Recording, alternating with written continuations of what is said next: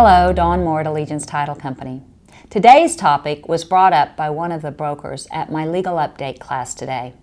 We were discussing TREC Form 36-8, which is your addendum for property subject to mandatory membership in a property owners association. During the course, we were discussing the various options under that addendum for the seller's provision of the subdivision information to the buyer. There are 4 choices. The first choice under that addendum is that the seller provides the subdivision information to the buyer after you execute the contract, but then it gives the buyer 3 days after receipt of that subdivision information to terminate the contract for any or no reason. Option number 2 under the addendum is that the buyer obtains the subdivision information and pays for it. But option number 2 gives the buyer the right to terminate within 3 days of receipt of that subdivision information for any reason or no reason. The third choice under this addendum is where the seller gives the subdivision information to the buyer before the buyer executes the contract.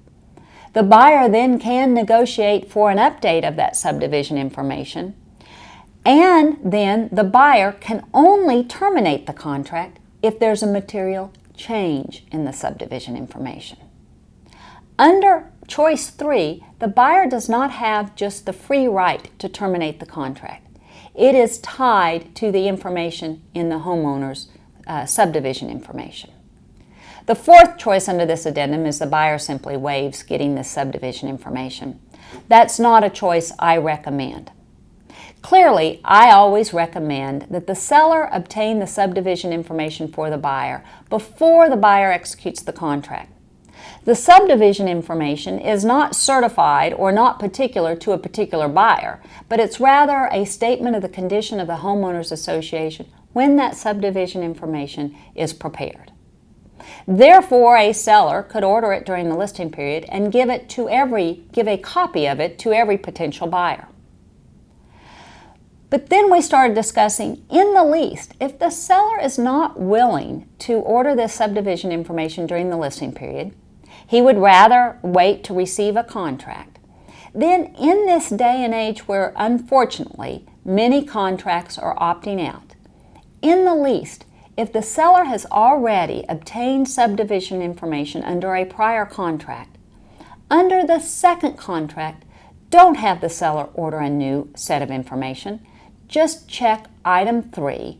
Provide a copy of that subdivision information you already have to the new buyer. Let the buyer negotiate for an update or not. And let the buyer only have an out under that contract, under that provision, if there's a material change in the subdivision information. I hope this will be helpful for you as you start negotiating these contracts with mandatory membership associations involved.